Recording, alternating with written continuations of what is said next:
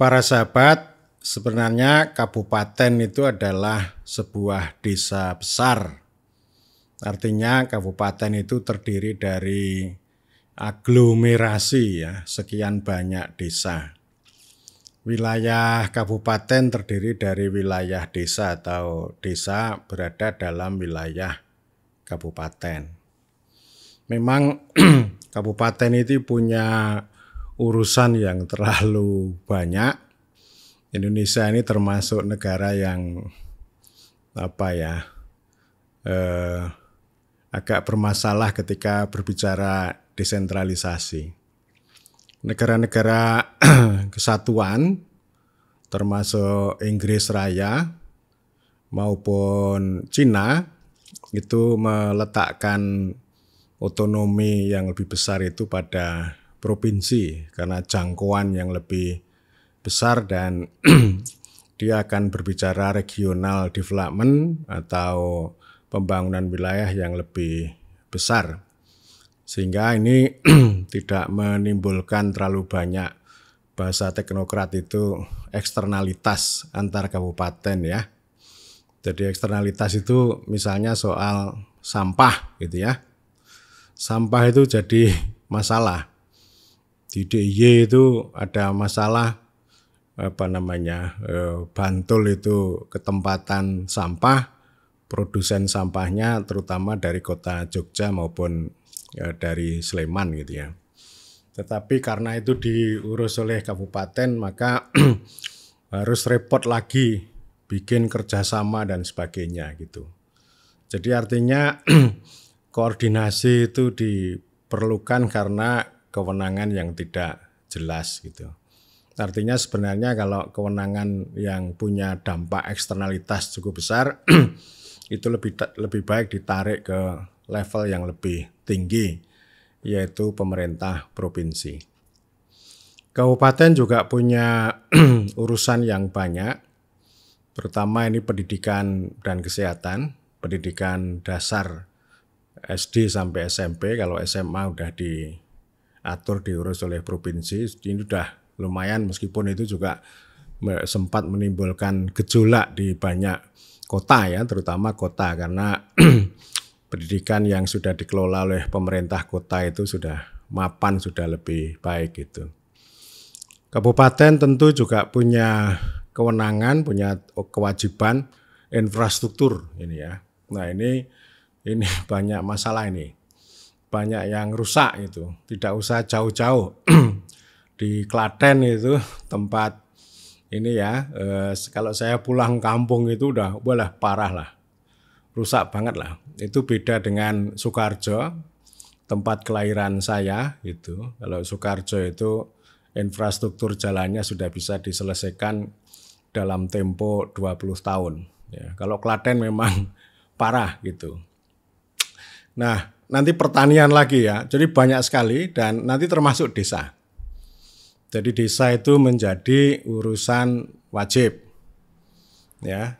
Padahal kalau menurut Undang-Undang Desa kan desa itu sebagai entitas yang berdiri sendiri dan kemudian dikenai dengan asas rekognisi itu saya kira berbeda. Tetapi apa yang terjadi ya desa itu ini menjadi bagian dari desentralisasi juga. Oleh karena itu pada kesempatan sebelumnya saya pernah berbicara rekognisi rasa desentralisasi. Jadi ini ada delegasi dari undang-undang, tidak hanya undang-undang desa, undang-undang pemerintahan daerah, kemudian juga ada peraturan pemerintah, delegasi pusat kepada daerah untuk mengatur desa itu sangat besar. Sehingga ini makna bahwa kabupaten sebagai desa besar ini belum dipahami dengan baik. Jadi kabupaten itu lebih banyak sibuk dengan kosakata urusan pemerintahan sehingga tidak banyak berpikir tentang meletakkan desa itu sebagai kekuatan besar yang menjadi penyangga bagi kabupaten. Dan memang ini ada sejarah yang panjang. Pada intinya ya desa itu berdiri lebih duluan desa itu menyokong pembentukan kerajaan. Paling tidak negara kerajaan itu berdiri di lahan di dalam wilayah desa. Meskipun ada banyak kerajaan pada akhirnya juga mengusir desa. Jadi desa-desa itu diusir lari atau disebut dengan bedol desa. Tetapi juga ada kerajaan yang tetap merawat hubungan baik antara kerajaan sama desa. Bagaimanapun kerajaan itu sangat tergantung pada desa, bahwa raja mengklaim seluruh wilayah, seluruh tanah, bahkan juga hamba itu menjadi miliknya. Tetapi raja itu tidak bisa hidup tanpa desa. Paling tidak dengan upeti pajak yang pakai unit desa, demikian juga dengan kerja paksa, kerja gratis, itu kan juga berasal dari desa. Artinya raja itu sangat tergantung pada hasil bumi maupun tenaga kerja yang itu semuanya berada di desa, dan secara organisatoris itu diorganisir oleh kepala desa atau sebutan nama lain. Raja itu tentu tidak mungkin mengatur, mengurus, mengendalikan desa-desa yang ada dalam wilayah yurisdiksinya, karena tentu ada keterbatasan sumber daya termasuk uang tentu saja. Karena itu raja itu membentuk kabupaten-kabupaten, bupati-bupati. Jadi ini seperti zaman sekarang ya, memberikan otonomi ya, jadi menguasai wilayah, termasuk juga menguasai, mengatur, mengurus desa. Dia menjadi perantara antara desa dengan raja. Nah, dalam perjalanannya kita punya sejarah bahwa ya bupati-bupati ini banyak yang membangkang, memberontak, entah itu di Majapahit atau di Mataram. Apalagi di zaman VOC ini banyak yang membangkang. Kemudian para bupati bekerja sama dengan VOC. Lalu mereka menjual desa, ya, dan kemudian disitulah para tengkulak, para cukong itu mulai masuk ke desa. Jadi artinya ini kontrol raja terhadap desa itu lama-kelamaan itu dipotong oleh kabupaten, dan kabupaten itu ya artinya tidak menempatkan desa sebagai basis legitimasi atau basis ekonomi yang kuat, tetapi ya itu sebagai basis untuk melakukan penindasan. Dan masa kolonial tentu sangat jelas bahwa dimulai dari Daendels ya, Herman Daendels, bahwa bupati itu dimasukkan dalam struktur birokrasi kolonial menjadi menjadi birokrat, menjadi aparat, gajinya pakai uang, tidak lagi pakai appanage atau lungguh para bupati, tetapi digaji dengan kebijakan kolonial. Ini artinya Pak, penguasa kolonial itu memotong hubungan antara raja dengan bupati.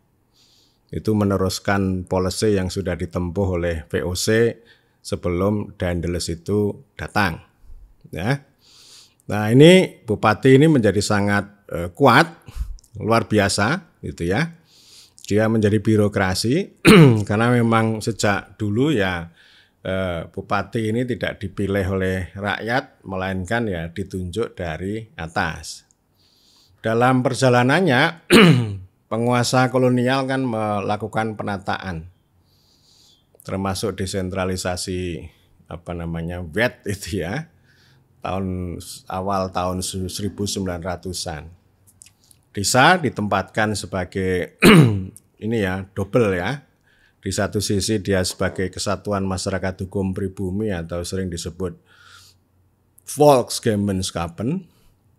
Lidah Jawa susah ya ngomong bahasa Belanda, karena juga saya nggak tahu itu. Artinya itu kesatuan masyarakat hukum pribumi atau kemudian disebut sebagai kesatuan masyarakat hukum adat. Kepala desa atau sebutan nama lain itu sebagai kepala rakyat atau kepala kesatuan masyarakat hukum adat yang punya otonomi untuk mengatur dan mengurus rumah tangganya sendiri. Jadi artinya penguasa kolonial termasuk bupati itu tidak punya urusan langsung kepada orang banyak, kepada wong desa, kepada penduduk melalui perantara kepala desa. Itulah yang dalam teori disebut sebagai indirect rule atau pemerintahan tidak langsung. Kemudian yang kedua ada istilah Dorpsbestuur, Dorps. Dorps itu desa, Bestuur itu sebenarnya administrasi, tapi kemudian diterjemahkan menjadi pemerintahan karena memang coraknya corak administrasi. Karena itu para sejarawan menyebut itu bentuk pemerintahan administratif atau negara pegawai. Sebagai Dorpsbestuur itu kepala desa sebagai kepanjangan tangan supradesa, kepanjangan tangan kolonial. Kepala desa punya otonomi di dalam, tetapi dia wajib untuk tunduk pada bupati. Nah, bupati ini adalah pangreh praja atau birokrat pribumi yang paling tinggi. Sementara birokrat kolonial yang disebut dengan Binnenlandbestuur itu mulai dari gubernur jenderal sampai asisten residen. Jadi ini struktur birokrasinya sangat hierarkis, sangat menindas dan ada pembedaan gitu ya. Ada pembedaan antara orang bule sama orang pribumi, dan orang-orang pribumi bupati itu ya sering disebut sebagai londo ireng yang lebih banyak menjadi kaki tangan anteknya kolonial daripada menjadi kepala pemimpin masyarakat pribumi. Ya itulah cerita panjangnya seperti itu. Jadi relasi kuasa antara kabupaten dengan desa itu lebih bersifat birokratik. Jadi secara hukum, secara formal, secara administrasi itu pasti bersifat birokratik, meskipun tentu secara politik personal itu ada hubungan-hubungan patronase, hubungan klientelisme secara personal antara kepala desa dengan bupati yang sampai sekarang itu masih sangat terasa gitu. Jadi artinya ini hubungan-hubungan yang birokratik, yang kaku, yang ketat, yang bersifat administratif itu bisa diterobos, bisa dipermudah kalau antara dua belah pihak itu punya hubungan yang sangat dayedik, yang sangat dekat, sangat intim. Ya itulah yang disebut dengan hubungan klientelisme atau patronase. Nah, sejarawan menunjukkan tentang perubahan dan keberlangsungan. Perubahannya tentu saja di zaman baru bupati itu sebagai pejabat politik yang dulu dipilih oleh DPRD, kemudian di era baru sekarang dipilih oleh rakyat. Artinya mau tidak mau bupati itu harus melihat rakyat. Ya, jadi poinnya di situ. Jadi dia bukan lagi sebagai kaki tangan supradesa gitu ya. Hubungan-hubungan patronase bupati ke atas itu juga mulai dikurangi karena legitimasi kekuasaannya itu dilandaskan pada rakyat gitu ya. Tetapi ini ya, soal hubungan antara bupati sama desa itu relatif masih sama. Jadi ada banyak ya, di banyak tempat begitu bupati duduk ini kepala desa dipecati. Tapi ya nggak ada proses hukum, sama sekali tidak ada perlindungan terhadap kepala desa, tidak ada gugatan terhadap PT UN dan sebagainya. Itu banyak. Saya nggak usah sebut di mana tempatnya, tapi itu saya kira ada yang tahulah gitu ya. Pokoknya seenaknya sendiri bupati itu memecat kepala desa, sama juga beberapa daerah kepala desa itu memecat perangkat desa ya. Begitu kepala desa baru pecat gitu ya perangkat desa. Nah ini sebenarnya melanggar hukum, tetapi tidak ada perlindungan, tidak ada penegakan hukum sama sekali gitu. Nah yang terjadi adalah hubungan birokratik, kuasa birokratik. Ya tahulah birokratik itu artinya ya intinya aturan, sebenarnya bukan hukum, tapi aturan, negara peraturan. Hukum itu kan secara hakikat itu kan melindungi secara adil. melindungi desa sebenarnya ya. Seperti halnya undang-undang desa ini kan memberikan kesempatan dan sekaligus melindungi desa gitu. Tetapi pada prakteknya ini undang-undang diatur oleh peraturan pemerintah diatur oleh peraturan menteri diatur oleh peraturan bupati. Jadi peraturan bupati itu pasti akan berbicara tentang aturan, tentang prosedur, tentang administrasi, tentang uang, tentang laporan, itulah yang disebut dengan birokratik. Ya, jadi ini banyaklah masalah-masalah ini ya, yang kaitannya antara kabupaten sama desa ini. Dan banyak orang mengatakan bahwa kabupaten ini justru menjadi bottleneck, ya. Bottleneck itu ya masalah yang menciptakan distorsi luar biasa. Meskipun distorsinya sudah dibuat dari atas juga gitu. Jadi artinya aturan-aturan yang banyak dari atas itu akhirnya bermuara ya di kabupaten. Kalimat positifnya itu supaya kabupaten melakukan sinergi gitu ya. Berbagai aturan dari atas, tapi juga tidak sinergis. Dan dalam hal ini memang para aparat kabupaten juga sering melakukan protes gitu ya terhadap pusat. Jadi ketika kabupaten dikritik, kabupaten ini terlalu birokratik, menjadi bottleneck atas desa. Mereka mengelak, tidak mau. Wah, ini kami menjalankan aturan dari atas kok. Aturannya sudah begitu, jadi kita tinggal menjalankan, kan begitu. Ya. Ya, inilah. Jadi ada biasalah saling melempar seperti itu ya. Dan itu kan ada banyak bupati itu kan yang nggak suka dengan otonomi desa. Itu saya kira secara prinsip begitu.